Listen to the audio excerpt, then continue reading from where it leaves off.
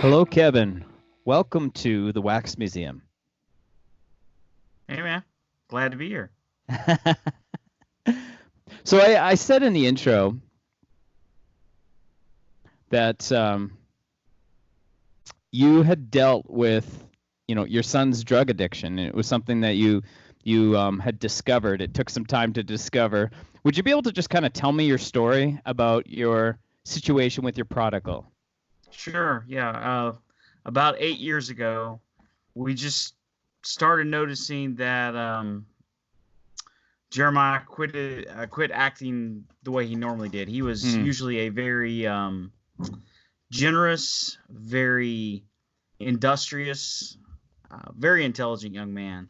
Hmm. And when he was in his first semester of college, he just wasn't doing well at all in school. And I'm talking about like he rocked the ACT, had a great GPA, and it was easy courses. He should be doing well. Then we noticed like just things just started changing in his work ethic, his hygiene and stuff like that. And just over the next year, we would get these hints, and just not being familiar with what I guess real live drug addiction that's not on a TV show or in the nightly news. Looking back, we should have seen all of these changes for what they were, and then we just realized that he was in a bad place, and there was no reasoning with him. He didn't think anything he was doing was wrong. And we have been on that roller coaster for 8 years now. And Hmm. so sometime I have a new acceptance or a new understanding of what the prodigal father must have felt like. When he said, Yeah. here's my son who is dead, now he's alive. And I know we often take that to mean, he was spiritually dead and now he's spiritually alive, but I think there's also an element of that of like our son would disappear for weeks at a time. And Yeah. we would literally expect the next phone call from the sheriff's department telling us they had found him, somewhere. As a matter of fact, I'd shared with some guys at church that there's a TV show I love. It's the IT Crowd. I don't know if you've ever seen it, but I it's love it's IT hilarious. Crowd so much. Yeah, that's a great show. And I love that little just theme song that they put at the beginning. And so I actually had made that my ringtone. Oh, And nice. during that time, literally, if most everybody I deal with, they text me. So Yeah. really, the only times I ever get phone calls is if my mom, who doesn't text, calls me, or if my wife had an emergency with our son. And over the next couple of years, just all of the different crises that we would deal with him, I guess in my subconscious, began to associate with that ringtone. Oh my. And so like a couple of years ago, I'm laying in my bed, got my tablet on my chest, and I'm watching an episode of the IT Crowd. And they kind of do Uh-huh. that cold open, and then it Yeah. goes to the theme song. And when that theme song kicked off, like my heart literally stopped. Wow. And just like all of the stuff that we've dealt with over the years kind of rushed back in on me. But it has been a crazy roller coaster. He's been in and out of rehab twice. Hmm. He goes through periods of seeming to get his life together, and Yeah. then not. Yeah. And it's this crazy thing where you feel like you're alone. And in the beginning, as we began to realize what was going on, my wife and I, we really kind of were like, we're just gonna muscle through this. And our pastor actually kind of pulled us aside, and he was like, look, I know y'all are trying to just bear this on your own shoulder. He goes, but y'all just need to let everybody know. You need to Hmm. email everybody you care about, text everybody you care about, put it Yeah. on Facebook, whatever, but just ask people to pray for your son. And the thing that blew my mind was I kind of expected when we shared all that to get all the oh, what did you do wrong as a parent? Yeah. All the shame-ridden things. Yeah. But it blew my mind the number of people who begin to message me and say, hey, my brother went through that. Hey, I've been going through that with my parents. I've been going Mm. through that with my child. And Yeah. I think people get so used to kind of that self-righteous air of social media that we forget Yeah. that there's a whole lot of people going through real stuff, and we're not Yeah. alone. Yeah. Man, that's so real. Like, I think, it's funny because my tendency is to get all philosophical about everything. But what you're talking about isn't just philosophical. It isn't just theoretical. Like, you're dealing with it in your day to day. And I read your book in the last day. So good, so much wisdom in it. One of my favorite things you say is there's no Micah does meth Bible story. There isn't, man, and it is that's the thing that's crazy about the Bible, man. It is timeless and transcendent. But Mm-hmm. sometimes if we're not really going deep, it's just like obvious story that connects to that, and it's so tough because I guess because of my situation, I'm like hyper aware anytime there is a news article posted on social media about something going on with the opioid crisis or Yeah. drug addiction, and it blows my mind how self-righteous Yeah. people can be. And Yeah. it's like everybody knows the reason, everybody knows the solution, Hmm. and it's so easy to be that person casting stones.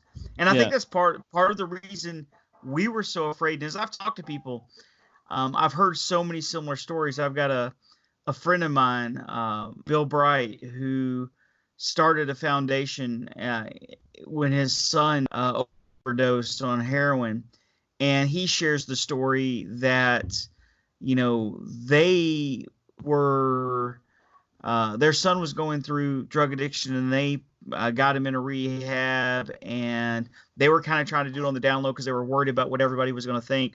And Yeah. one Christmas, the local news went to do a special on the rehab where their son was, and they're watching the news, and there they see their son as part of this. Wow. And they were like, and they said their first thought was, oh great, now everybody's gonna think the worst of us. But they had a similar situation we did. They said they just started getting phone call after phone call going, hey, I'm going through this with my loved one, and we're really able. And that's kind of the other thing, kind of birthed their ministry. Was so many people said that it's like, I'm going through this and I don't know what to do. There's no Bible study for this. There's Yeah. no, there's no God book for it. Well, and it's crazy too, because one of the things that really shocked me is that you felt like there was no ministry that was actually helping. The ministries that you dealt with, like the people that were supposed to help you, were just like, yeah, your child's probably not going to get better, and we're just here to help you deal with your pain. And there Oh was look, no real hope that they could offer. oh look, that crushed us when my wife and I Mm-hmm. went to. And the funny thing is, it was a very highly recommended ministry to us. And when we Yeah. got in the car, and my wife, her exact words were, "There's no hope in that." Yeah. And we 8 years into this, I mean, we have our up days and our down days, but we're still white knuckling hope. Yeah. And we try to surround ourselves with people that when we can't hope, they'll hope for us. And Yeah. and and sometimes, dude, that's the case. I mean, Yeah. there's a guy I carpool with, and there's been multiple times. I mean, he's seen me at the end of the rope, and he's like, "Hey, look, man, we'll fight for you until you're ready to fight some more." Yeah. It's kind of like I believe, help my unbelief, and just Exactly. having someone to kind of raise you up. Yeah. Um, Man, yeah, the other thing I thought was really interesting, you were talking about fig leaves. That seems to be quite a theme in your book, is the fig leaves. Actually, what this reminds me of is like, because you were talking about being honest about your struggles, and how as soon as you start being honest, people are like, yeah, me too. And it reminds me of this podcast I listened to, which I don't know if I can recommend to every Christian, but it's called Bad Christian. And I remember early on in the podcast, it was so good because what they were saying is like, if we gloss over our sin, if we don't actually explain to people how bad our sin is, we are denying the power of Christ's blood to cover it. Because it's like we're not actually going into the depth of what Christ actually covered in his blood. And I was like, whoa, like we need that. We need to lay it bare. We need to stop covering it up with fig leaves. Oh, look, it's neat to use that analogy about the podcast because a similar thing, one of my favorite authors is Ted Decker. And, he basically, I guess for lack of a better word, writes Christian horror or Christian thrillers. And in a seminar one time, he made the comment about people are like, why do you make your villains so dark and evil? And he's like, and he kind of equates it to the gospel. And he's like, if you don't know how bad the evil is, you don't see how bright the good shines. And he kind of equates it to a similar thing is if we don't see how bad we are, then we don't really appreciate how good Christ is. Yeah. And because I think a lot about like, because sex addiction or porn addiction is so common. And it's something that, people really tend to cover up or they gloss over and they won't talk about how deep they actually got into it. And I remember one time I was in a men's group and I was talking about my lust issues. And one of my friends said to me, maybe you shouldn't talk about this. Oh, wow. Maybe it's a bad introduction to our men's group if someone comes in and you're talking about your lust issues. And I was like, no. I need to talk about this. Because if I go, other people can go too, right? It's vulnerability is so important and it takes a lot of bravery to be vulnerable, but you find out really quick when you're vulnerable that there's other people that are feeling the same way. Oh, absolutely. Absolutely. That's crazy that we are that way. That's one thing we've been really blessed at our church. I was actually talking to some of our leadership about this is for the longest time, the strongest personalities in our church were, if you have problems, deal with them at home. You come to church put together. And now the stronger personalities are, hey, this is what I'm struggling with, and I need people to come around me, help me, and pray for me. And the other thing I think that hurts, specifically drug addiction, and I would say pornography, is there's this air, and it's the whole thing that Jesus talked about with the speck and the log. It's like people look down their nose at other people because my sin is more socially acceptable than your sin. Yeah. And so you've got people who are struggling with things that are equally bad, but it's almost like they feel better because, well, hey, I'm not addicted to pornography, or if I'm addicted to pornography, I'm not addicted to drugs, whatever. And we have a them problem, man. We think we're better than them. Oh, well, it's that whole us versus them kind of society. And that's so prevalent. That's something I really cannot stand right now that I'm seeing more and more commonplace. And I think it's part of kind of the polarization and the whataboutism in our society is that people are like they're building kind of their identity on this idea that I'm not as bad as this guy. And the moment you say to them, well, you've got this issue, they're like, well, at least I don't have that issue, right? And there's no actual accountability. And I guess that's another type of fig leaf, is that you're kind of covering up your sin by using someone else's sin to say, well, it doesn't look that bad now, does it? Yeah. Look, I always joke that I've got a couple of friends of mine, and I always tease them that I feel like everybody else has those friends that, if something happens, they're like, oh yeah, you're right to feel that way, or they're the bad guy. And I've got the friends who are like, yeah, but what about you? You need to deal with you, and we need more of that. And it's the thing where I think so many of us, when we find out our kid is addicted to drugs, we want to pretty that up as much as we can. We want to cover it up. We want to deal with it. It's the old thing that you would hear stories about, like in the 50s or 60s, where if a teenager got pregnant, like you would send them away to go Yeah. have their baby, and then Yeah. magically they would come back and have a child. Like what? Yeah. And it's just another way of doing that. I mean, it goes all the way back to the garden, that we don't want to be known. I mean, we Yeah. need to be known. We're built to be known, but we Yeah. don't want to be known. And yeah, and again, it's like the moment we cover it up, it's like we're denying the fact that like Christ can cover all of that. It's like you can lay it bare. You can be completely open with it and not fear it. Okay, so one of the things you said is like an enabler tells the drug addict that it's not their fault. They'll say it's just a disease.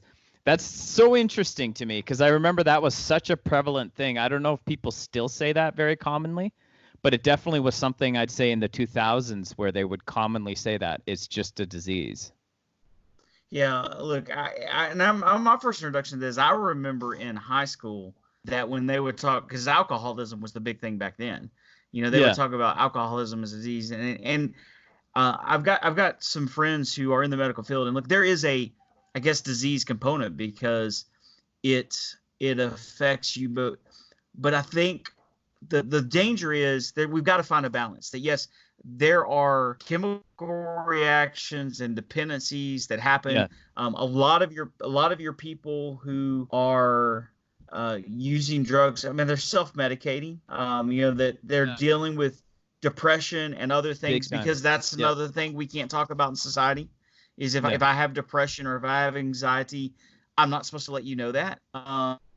So I don't want to negate that there aren't mental and physical things, but what my fear is if you let that become a crutch and just I am helpless to do anything about it because I have a disease. Yeah. And so I don't want anybody to hear this and say I think I'm being callous and saying there aren't other factors. Yeah. But what my big concern is you're not helpless. Yeah. Well, I think, like this is what happens with any diagnosis though, right? Because it's like, well, I'm a person that suffers from depression, therefore I'm going to stay in my house, all day. I can't get out of bed.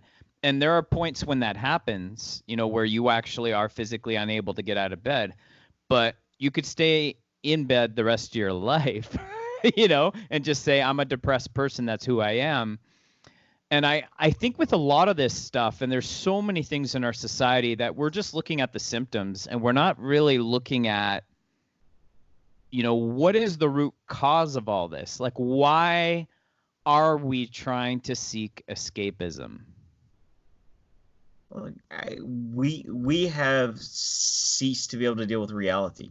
Yeah. And look, and I can be honest with you, not in the form of a drug, but I mean, there were times when we were the deepest in, like, just the things were the darkest, deepest that they were.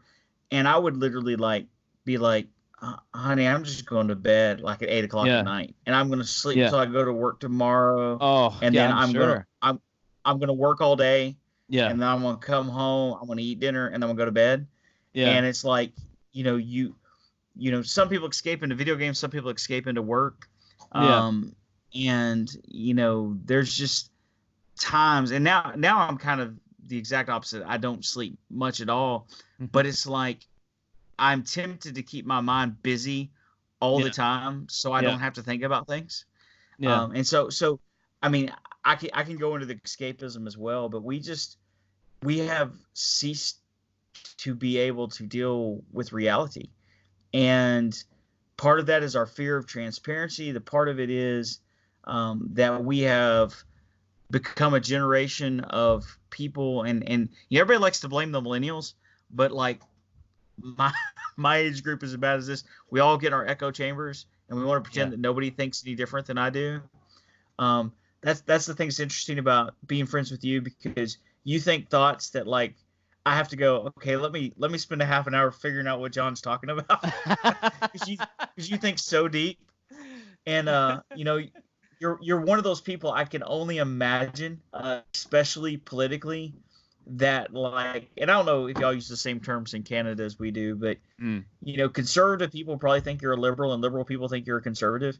Yeah. because because you think big thoughts, Yeah. instead of this is my little echo chamber. But I think we've got to learn to communicate and be in fellowship Yeah. and be transparent. And like I said, we got to know others and be known, Yeah. because we're just trying to escape, man. Yeah, and what I've been doing is I shifted all my kind of social media, like on my Twitter, over to from the name John Howie to Bridge Livwat. I don't know if you noticed that, but that's like kind of my music kind of thing, and so I started doing that in my podcasting too.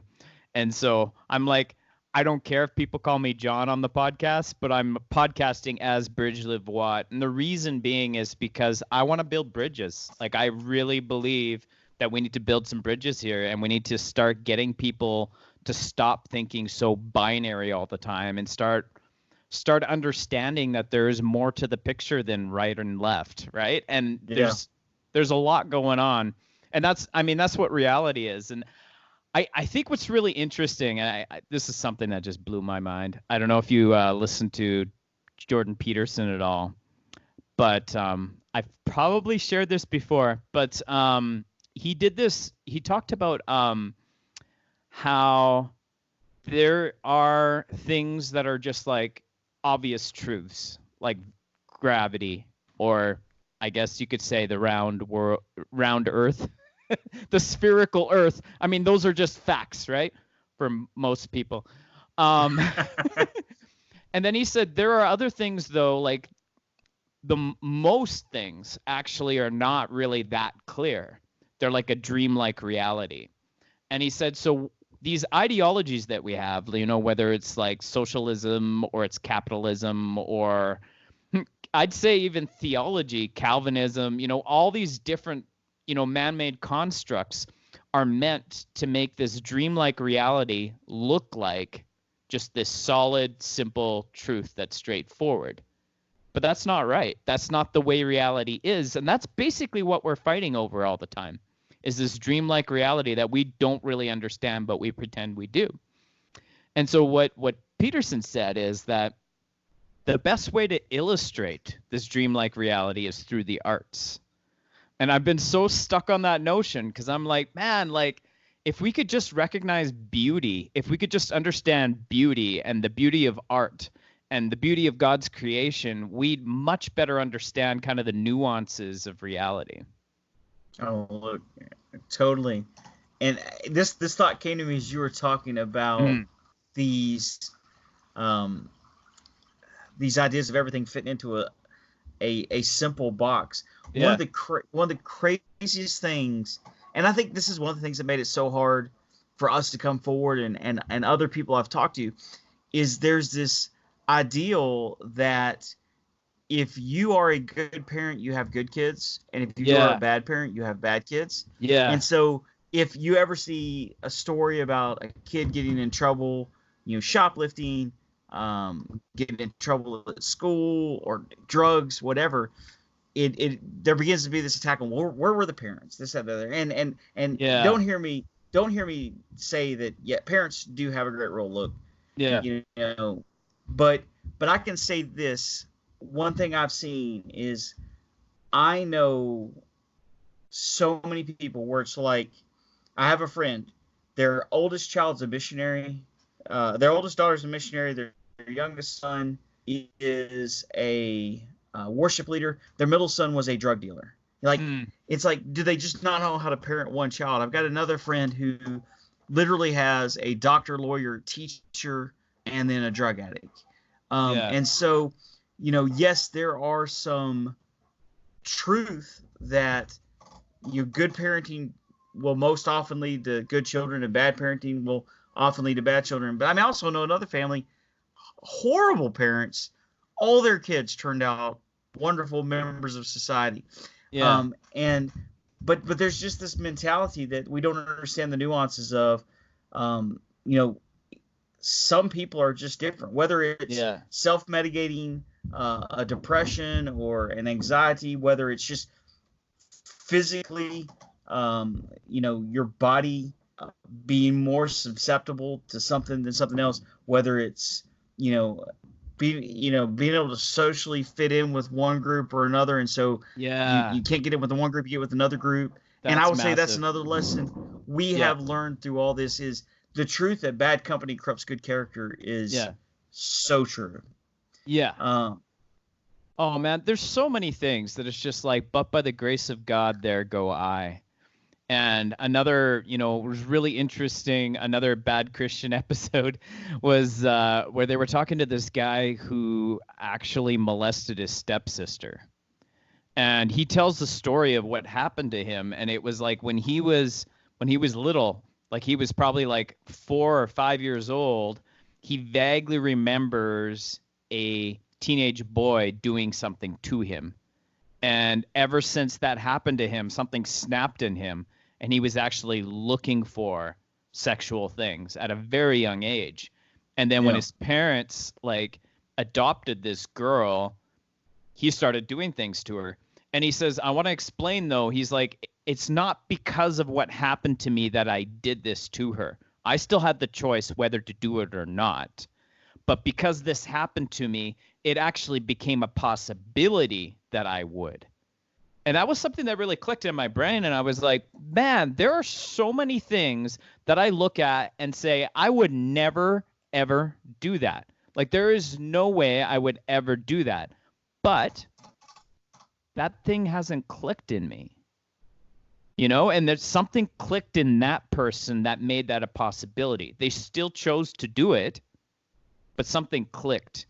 And I was like, man, there's a lot of situations I don't understand. Like, I don't understand why someone straps a bomb to themselves and then walks into a crowd of people and decides to blow them all up, right? Like, that doesn't make sense to me. I'm never going to do that, I promise, right? But something clicked in that person, and they were convinced this is the right thing to do. And it's like, that's so hard to fathom. Look, I know exactly what you're talking about. There's so many things you said there, and you've got to balance out the humility of, but for the grace of God go I. But I don't know if you watched the first season of Jack Ryan on Amazon. I have not. I've heard it's really good. It really is. But the thing that struck me about it the most was the way they framed kind of the backstory of the terrorist. I literally found myself watching and going, now I understand why somebody would do that. I mean, they did a great job of, in no way, making that person justified, but just saying, you don't understand what goes into somebody's mind to make them snap. And it's almost exactly what you described. It's like, the person's still going to decide to wreak carnage, but you now understand. They did a great job of through the writing presenting this is what would cause, as you said, to put it out there as an option. And I absolutely have to see that now. And look, it's fantastic. I mean, like anything on Amazon, go ahead and give the language disclaimer. Yeah. But it is so well written, and like I said, I think you being a deep thinker, you will walk away from it going, wow, they did a great job of actually putting some explanation behind it, except for terrorist bad, Yeah. And but let's just be honest, and wants to justify anything anybody does, but I also just find it interesting, and we're getting way off topic. I apologize, but so much of right and wrong, let's just be honest, there's clearly right and wrong. I'm talking about we as humans when we're determining right and wrong. Yeah. It's who we like and who we don't like. It's like, yeah, absolutely. Okay, this person does this is bad, but we'll be the first ones as an American. I'll watch a show about the Revolutionary War and some of the guerrilla warfare that we did that at the time the British are like, whoa, this is way out of bounds what y'all are doing. But we're like, oh, that's awesome, until somebody does that to us. And then all of a sudden they're the bad guys. And totally. But totally. I'm actually going to be doing, I think in a week, it might be in a week or in a couple of weeks, I'm going to be doing an episode with Theosaurus Rex on war. Okay. And I've been thinking about how when we look at the situation in Iran, it dawned upon me. I'm like, man, it's crazy how our value of human life changes at wartime. It's like the value of an American soldier versus an Iranian soldier. And I get it. You know, they're doing some bad stuff, so we got to stop them. But it's like there's different values going on. And it's the same thing with our civilians versus their civilians. It's like, well, that's collateral damage over there. Over here, it's like they have stepped across the line, right? And it's just, anyways, I'm going to touch on that. But it's interesting how our values shift, you know, in desperate situations. And I can see for you, like, things really shifted too when you're dealing firsthand with this, you know, and you're reading about the prodigal son, which was like purely theoretical, and now you're living it. And this whole concept of he was dead, but now he's alive again. My son is dead, but now he's alive again is a totally different picture, isn't it? Oh, it is. It is. I mean, you know, when you not only that, when you picture when it says the father saw him coming a long way off.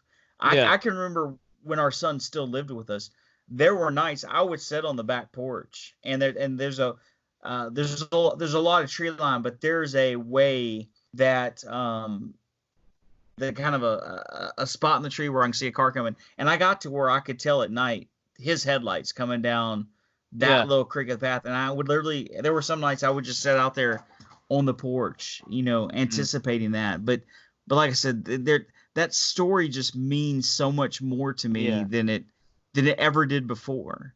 Yeah.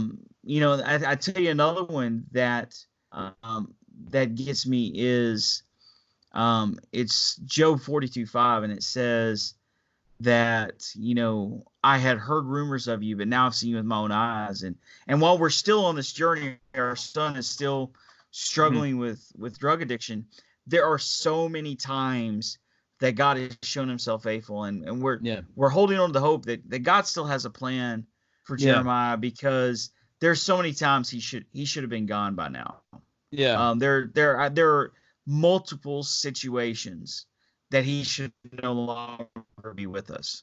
And God continues to show him grace. And that's the other thing that is so tough when you're in a situation like this. It's people, when you're outside the situation, it's so easy to, like, say, if my child did this, I would do that. And there are literally times you've got to figure out, okay, this is the time to show tough love, and I've got to give no ground. And here's the time where I've got to show much grace, and, you know, and just trying to find that balance of when to say no and when to, you know, throw on an extra tunic. Yeah, I mean, it's just, it's so crazy. And like you said from the book, I mean, there's no handbook for this. No. There's no hard fast rule. I mean, what works with one child will not work. I mean, but that's like with anything, you know. But what works with one child potentially won't work with another.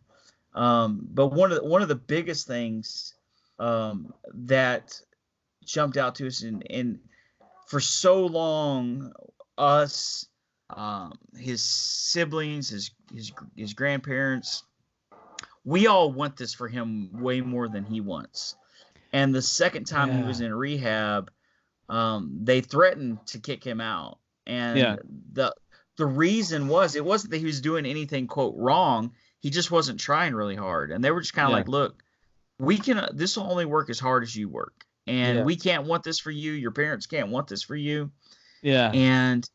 And that's another thing. It's like finding a way to, we're not going to drag him. Just like we're not going to drag our kids into heaven. We're not going to drag him into sobriety. You know, he's got to see, you know, the hope for something different. There's got to be a change in his heart, but we can't make that happen for him. That's the crazy thing. And I think that's why I was kind of stuck on this notion, you know, before we even started.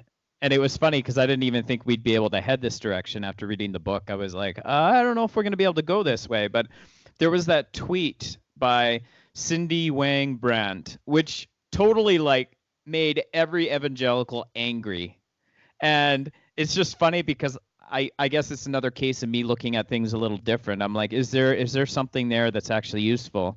And she said, do not evangelize a child. Do not colonize a child's spirituality. Do not threaten a child with religious control. Your religion does not have a right to stake claim on a child's allegiance.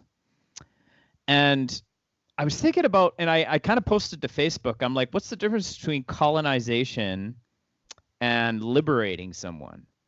And it's like, and I got, a few answers, but I'm still kind of stuck on like, what is the difference? Because I feel like with a drug addict, it's like, well, we could try to force them into the right behavior we want. We could put them in a situation where it's not possible at all for them to get access to drugs. I don't know where you put them. I guess keep them in rehab forever, right? But it's like, but I mean, you don't have that heart change, right? There's not that. They're not actually liberated. They are colonized. They're kind of forced into this situation they don't want. I think, even with our child's spirituality, allowing them to make their faith their own, allowing your child to make their sobriety their own. It's like they need to want it. And that's kind of where you are trying to get, right? Oh, absolutely. And I mean, like I said, that's almost exactly what the rehab says. Like, if they don't want it, we're not going to be able to force it into them. And I think that's the mistake. And I think it's a situation of people getting upset about that tweet because they're reading something. Well, I mean, I don't know what was meant to be there, but when I hear that, I think of the fact that I think that's why we have seen such an issue with the quote decline of Christianity. Is because so many people go out into the world, and when they're confronted with the question, it's like, well, their answer is, well, because I'm a Christian, or because I'm a Baptist, or because I'm a Methodist, not because this is what the gospel says, or because, and I'll never forget one time I was interviewing to be a youth pastor at a church, and somebody asked me what my position was on eternal security during the interview, and I broke out like some verses from Thessalonians and a couple other places and made my case that I don't believe in eternal security the way I guess a Southern Baptist would. But the person's response to me was, I don't know where it is, but there's a verse that says once saved, always saved. And I'm like, there's not. I mean, you could make an argument of the concept, but there's not a verse that says that. And so when you say that about colonizing versus liberating, that's exactly what I think. I think colonizing is I beat into my kids. These are the things you believe in. You believe them because we're Baptist and we're this and that, versus really explaining to them the gospel and making sure that they grasp the concepts of it, not being scared of them asking questions.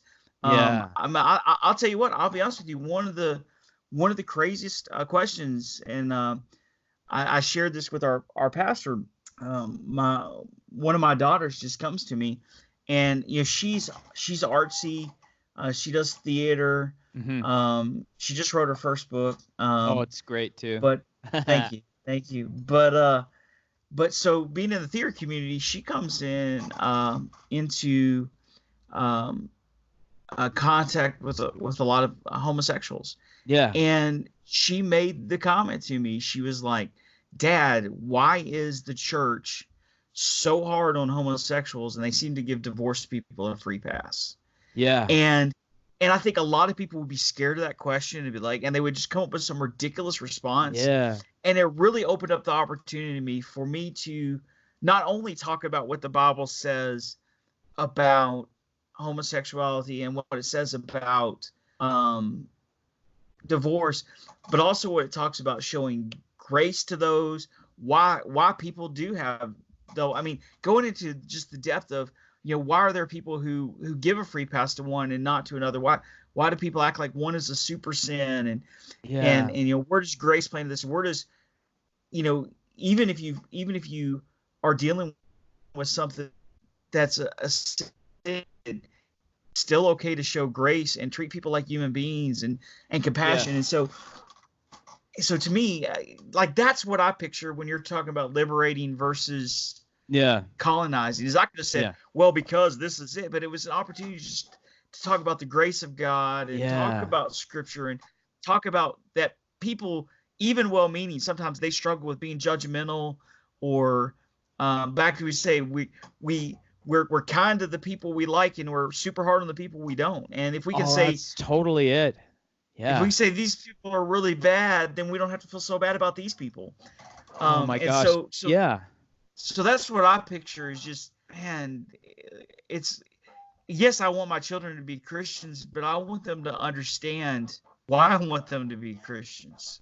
Yeah. And I've been thinking a lot about this like concept of being caged versus uncaged. And so, I mean, like this idea of it's like, no, I told you so. The Bible told you so. And that kind of we're Baptists. This is what we believe. And you have to believe it for the rest of your life till you die, versus like saying, yeah, no, it's okay to ask these questions, because those are huge questions in our society. And, being able to deal with that, with love, like when we're talking about a person who has something that's core to their identity, and you're saying, yeah, you have to get rid of that before you come to Jesus.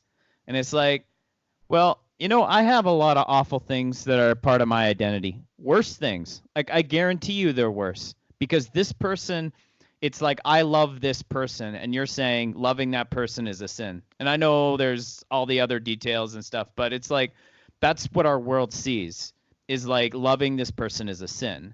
Whereas I'm actually hurting people. And the church is like, oh, we like you. Yeah. And it's like, it's madness. And so I really think that there is something to this, like, kind of uncaged, faith. And it's risky. And we are going to have, kids that are going to mess up. But oh man, being caged, I mean, what kind of faith is that?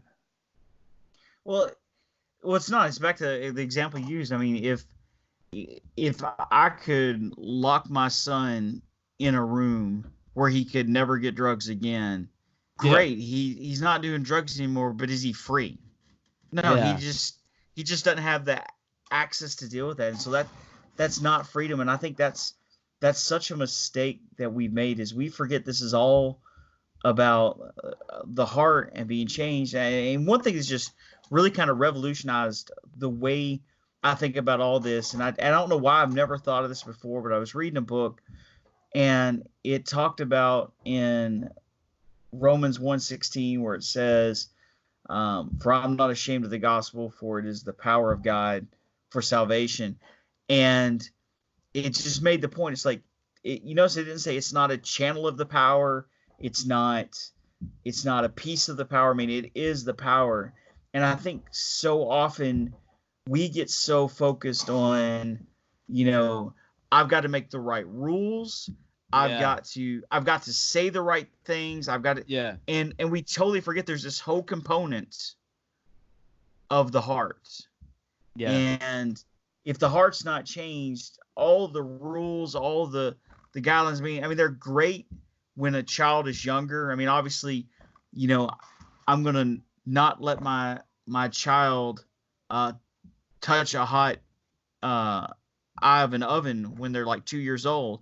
But as they get older, I actually expect them to understand why you don't touch the eye of a stove. And for some reason, we don't translate that into faith. We still want to do I'm just not going to allow you to do these things. Mm-hmm. And our children don't understand. Yeah. Like I say, they don't have ownership of their own faith.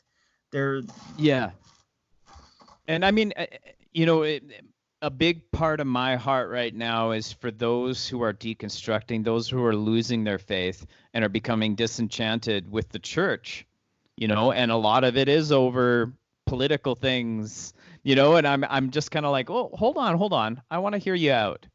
you know? But I feel like there's kind of a tendency of the church to just kind of like, well, that guy's gone, you know? Farewell, Rob Bell. I'm Yeah. like, no, no, no. Why don't you have coffee with Rob Bell and just figure out what's going on here, right? And it's interesting to me. Like I feel like that conversation isn't happening. And you've got people who are either sticking to the faith and they believe, they're fundamentalists, and then you got people that are like, well, that's a liberal Christian, they're not Christians anymore. And there's nobody actually building the bridge between the two. And it's painful, but I'm trying to do it. Yeah. Look, and more power to you, because that is one thing that is so hard. And I have tried so much to grow, because I think too many of us, we see our Christian worldview through our political worldview instead of the Yeah. other way around. Yeah. And I catch myself, and I catch myself. There, I have a friend of mine that has a daughter. She is a phenomenal Christian. She's a great worship leader, but like, she is as politically liberal as the day is long. And I really have to catch myself. Well, she'll talk about something political, and I'll be like, man, I'm worried about her. And I'm like, oh my gosh, I'm ascribing her Christianity based on, she has different political views than me. Yeah. And I catch myself, and because like I said, like, look, she loves the Lord, and Yeah. look, she's right on the issues that are of primary Yeah. importance. Yeah.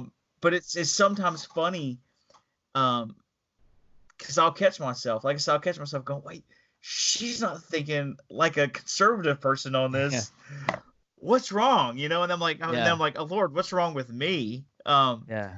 But yeah, I mean, because it's this whole thing of, we've really gotten to where it's almost like you have the truth Christians over here and the grace Christians over here, and we forget that Jesus came full of both of those things. Oh my gosh. Well, and it's funny, I made a post on Facebook where I just said God is love.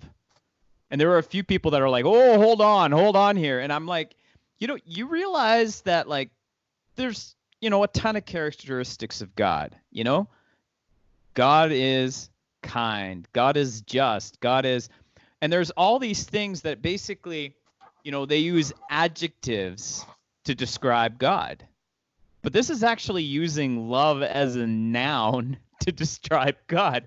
So it's like the full character of God is love. But I mean, what is love?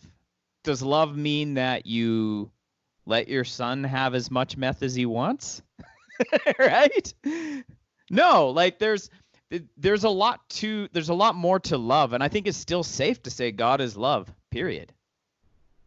And it's crazy to me that people are scared to not qualify, or scared to not qualify that. They want to say, oh, but not always. And it's like, no, he's always love. Everything he does is love.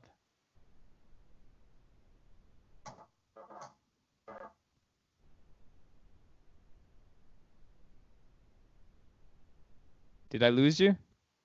Yeah, you cut out for just a second, man. But I could tell, Okay. I could tell you were saying something brilliant there. Because I saw like the hands go up and then the screen froze. Oh, no. But isn't it crazy? I mean, I kind of know this. It's crazy though when you say something about God and it's true, and people are like, "Well, how do I argue with that?" Yeah. Well, and they try, because it's like we want to form a God in our own image. And I was listening to this podcast. I have a friend he's just smartest person I know, Phil Odd, and he's got this podcast. I believe it's called The Theo Imagination, and he had a theologian on, and they were talking about God and God being love, and it was very much along the lines of what I was just saying. But he said, when we talk about like words that just tickle people's ears, we always kind of assume that words that tickle people's ears is like God loves you, right? But he's like, no. These are the words that tickle people's ears. God really hates the people that you hate. Yeah. And I was like, whoa, no, that's totally it. Like, that is way more it than just like, oh, God just loves everyone. That tickles my ear. No, not all of us like that, because like there are people that we don't want to love. And it's like saying that God loves that person, that rubs you the wrong way.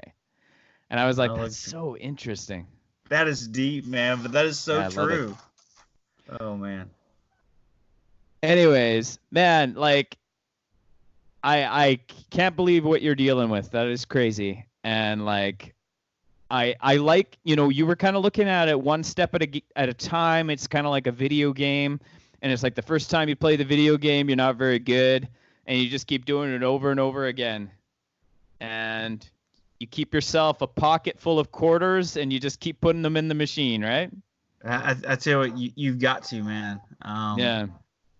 But it's there are some days I'm like, you know, Lord, I don't know how I'm here, but I think, I mean, it's the grace of God, and I know that. Yeah. But it's something though that the church, Christians, just decent people in general, just need to know.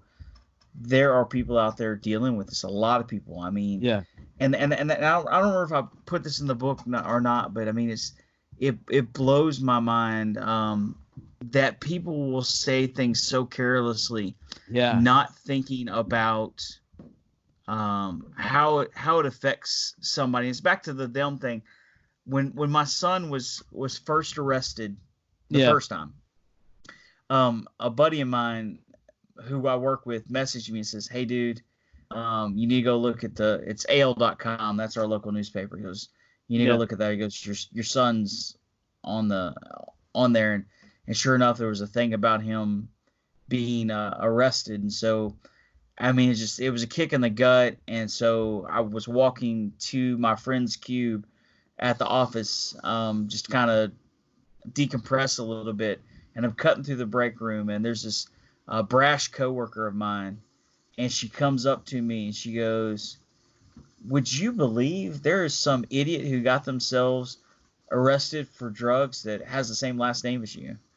And I kind of paused and I looked at her and I smiled and said, "Yep, that's my son." And, you know, the look on her face was priceless. It almost made up for it a little bit. But it was really this thing of, we say careless things sometimes. We do. And it's the whole collateral damage thing. Like, you know, I'm not always good at this. I'm trying to get better.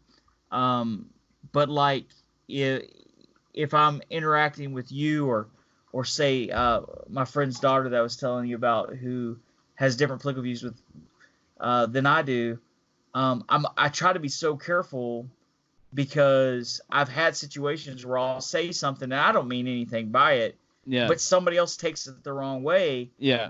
And it becomes an offense to them. And I think too often we're too careful about it. We throw around words like, you know, thug or addict or loser. So easy. I mean, anytime you know, there's a shooting between a police officer and a young man, the first thing people start doing is, "Oh, he's a thug." Well, I mean, like, are you just making that assumption because you don't want to feel bad about the police officer shooting them?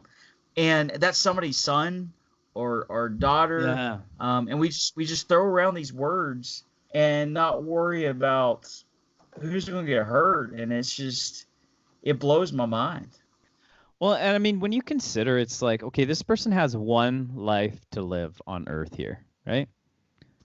You know, like, let's start with that, because I'm not assuming all these people are going to go to heaven and live in eternity.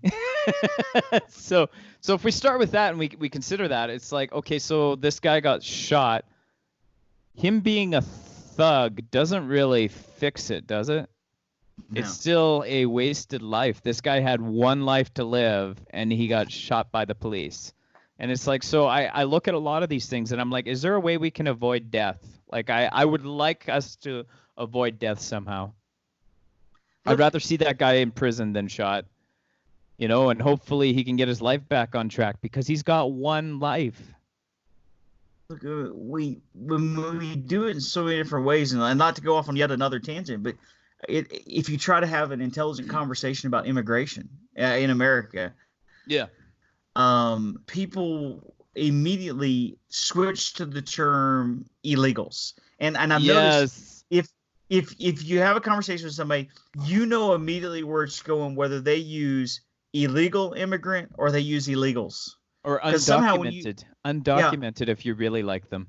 yeah, exactly. But the thing is if you look, the more derogatory the term, the Yeah. less humanized that person is. And I I don't have know to feel bad. illegals does not sound like you're talking about a person at all. Yeah, and you don't have to feel bad about what happens to an illegal, Yeah. you know. Yeah. And we do that. Like I said, we do that with words like thugs. We do that with liberals, conservatives. Um, they become bad words, and they no longer represent people. And like I said, for me personally, it's I try to the best of my ability. I will refer to them as an addicted person or addicted people, Yeah. because to me the term addict, it's another term that's just it means a throwaway person to people. They were Yeah. just an addict. Another addict died. Yeah. And we've got to humanize people.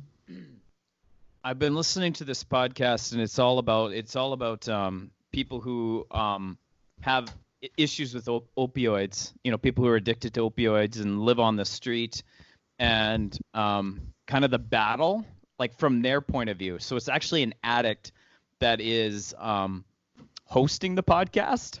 Oh wow! Yeah, and he's still using. And so just to hear it from their point of view, and it's madness, because these guys have injected their arms so many times that they have scar tissue. So they can't even inject their arms anymore. And so they go for the neck, which is so dangerous. And they use a hit doctor. So there's a guy on the street that's called a hit doctor that is actually skilled at injecting into your neck. Wow. And so this guy is obviously he's a proponent of, safe injection sites, which is something that's very controversial.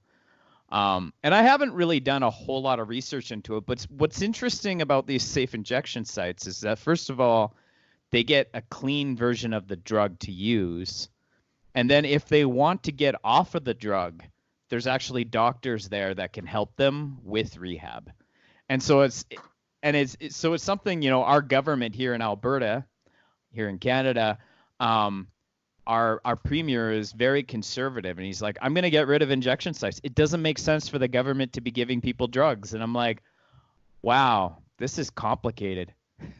Do you guys have anything similar in the States at all? Not really. I mean, we have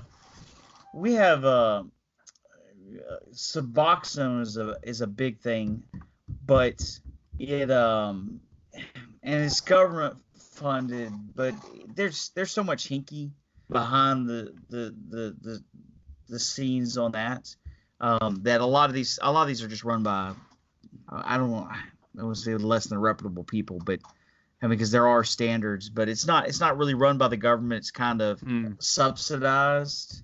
But there are pockets where they'll do, I forget what they call it.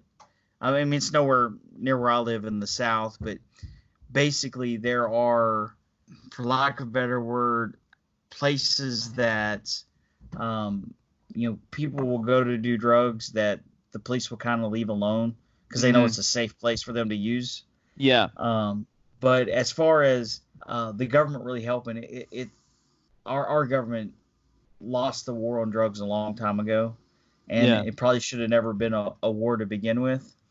But it's seen so much as, I mean, it's so criminalized here that there really is no positive. I mean, not that that's necessarily positive, but I mean, there's no programs to help really. Yeah, and see, I think in Canada we do see like the drug addicts more so as victims. I mean, there's probably not a whole lot of sympathy for drug dealers, but we're able to see, the addict as a victim. And it's like, so how can we help them? And it sounds like they're more demonized in the States, right?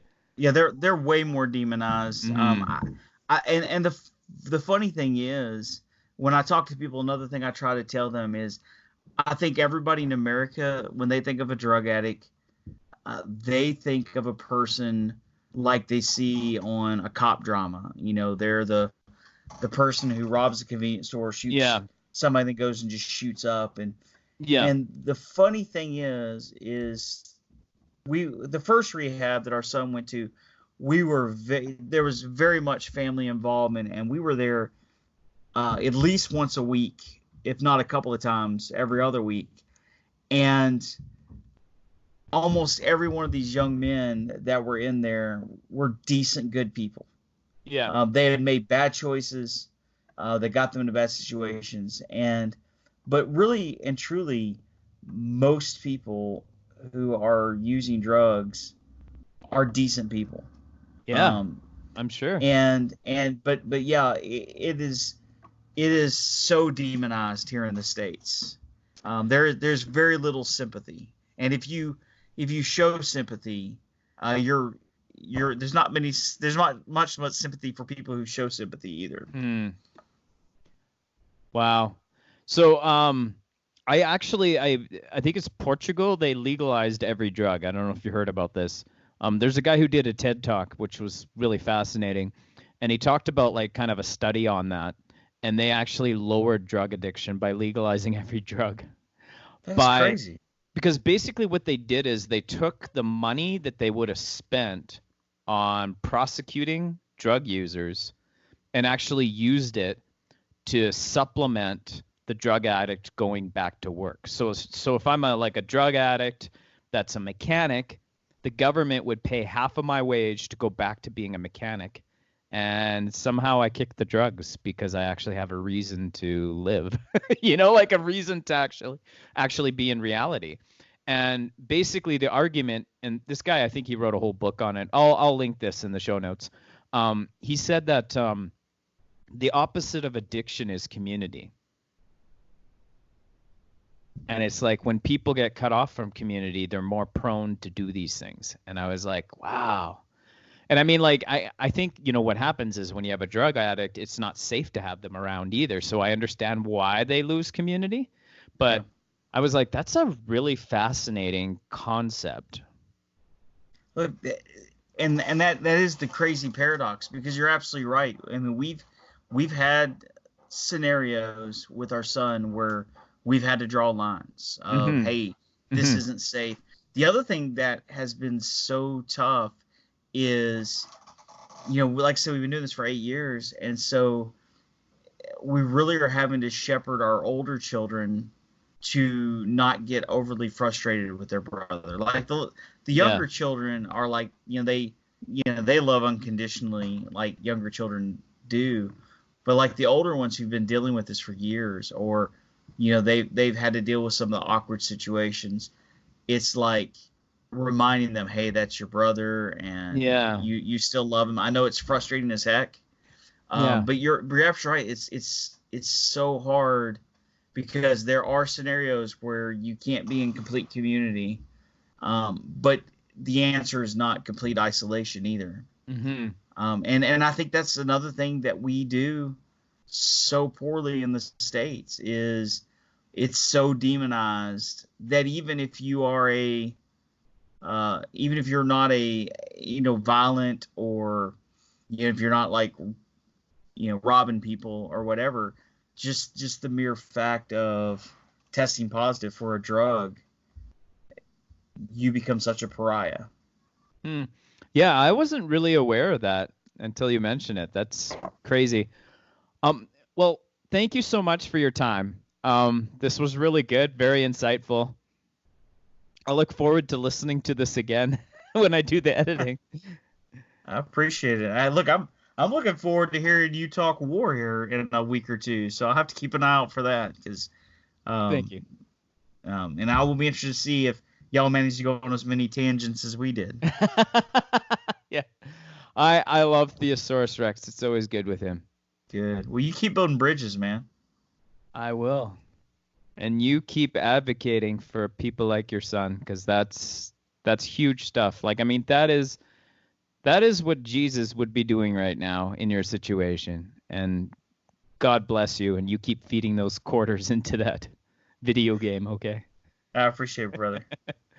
All right. Hey, is there a good way for our listeners to get a hold of you? You know, I'm out on Twitter at thatkevinsmall.com. That Kevin Small. I like Yeah, that. not just a Kevin Small, but that Kevin Small. But yeah, that's probably the best way to Okay. get me. I'm Oh, you that's good. know the podcast has kind of been on hiatus and the blog Hmm. as well. Just life has gotten so hard, but I'm hoping to get something back out there, and just I actually but I got the URL hope to and then .liv, so it's kind of hope to live. Ah, And so I'm like, I've got the URL. I just need to do something with it. But I just know people need encouragement out there. So yeah, if anybody wants to talk about what they're going through, yeah. if they have a prodigal, I mean, hit me up on that Kevin Small, and I'd love to talk to people. Sounds good. Well, thanks again. All right, thanks, brother.